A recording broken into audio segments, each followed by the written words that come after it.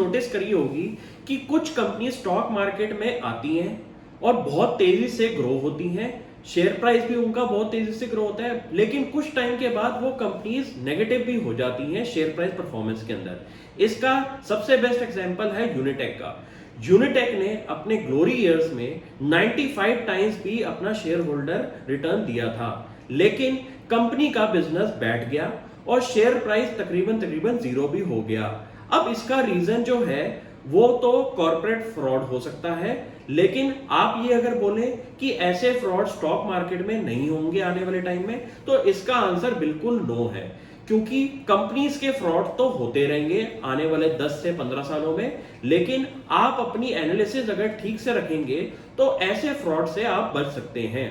अगर आप कंपनी की balance sheet, cash flow statement और इनकम स्टेटमेंट को ढंग से पढ़ेंगे तो कभी कभी कंपनीज के कुछ रेड फ्लैग ढूंढने को मिल जाते हैं, जिससे कि कंपनी का हमें अनुमान बन जाता है कि ये कंपनी मार्केट में कुछ गलत काम कर रही है,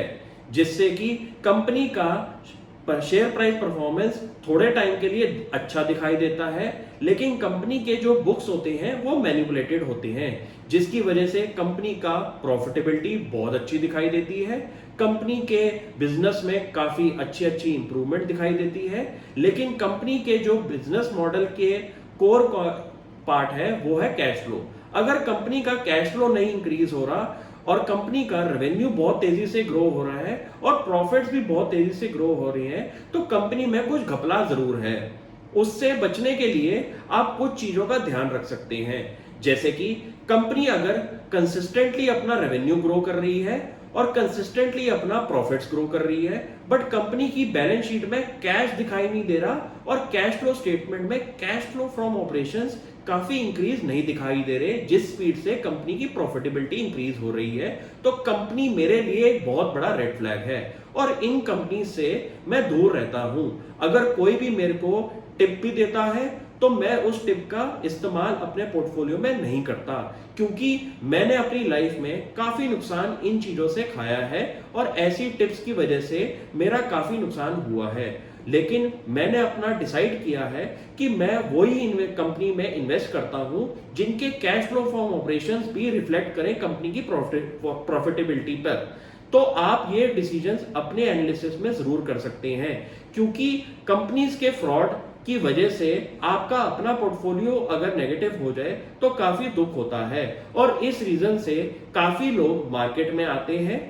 टिप्स की वजह से मार्केट में स्टॉक्स में इन्वेस्ट करते हैं और उनका जब पोर्टफोलियो नेगेटिव होता है तो उनको काफी सेटिस्फैक्शन नहीं मिलती कि इस धंधे में मजा नहीं है। इस धंधे में मजा जरूर है, लेकिन आप तरीके से अगर कुछ रूल बुक बना लें तो आपका नुकसान कम हो सकता है।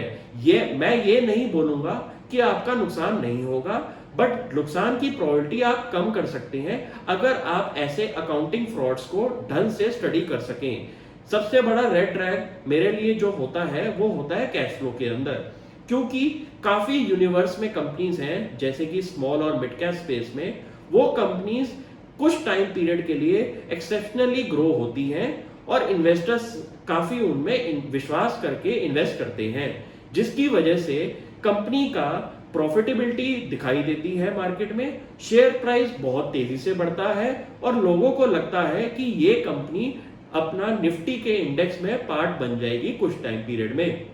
बट कंपनी के अगर मोटिव कॉर्पोरेट गवर्नेंस के रिलेटेड खराब है तो आप उस कंपनी से कभी भी प्रॉफिट लॉन्ग टर्म में नहीं कमा सकते। और मेरा विश्वास ये कहता है कि अगर कंपनी आज आपने ली है तो उसको लॉन्ग टर्म विजन से रखिए अपने पोर्टफोलियो में, क्योंकि लॉन्ग टर्म में जितनी रिटर्न स्टॉक मार्केट ने दी है वो कोई भी एसेट क्लास ने नहीं दी है। तो आप अगर कुछ चीजों का रूल बुक बना के रखें इस स्टॉक मार्केट में इन्वेस्ट करने से पहले, तो आपका प्रॉफिट तो होगा और लॉस की प्रोबेबिलिटी भी काफी कम हो जाएगी। Thank you.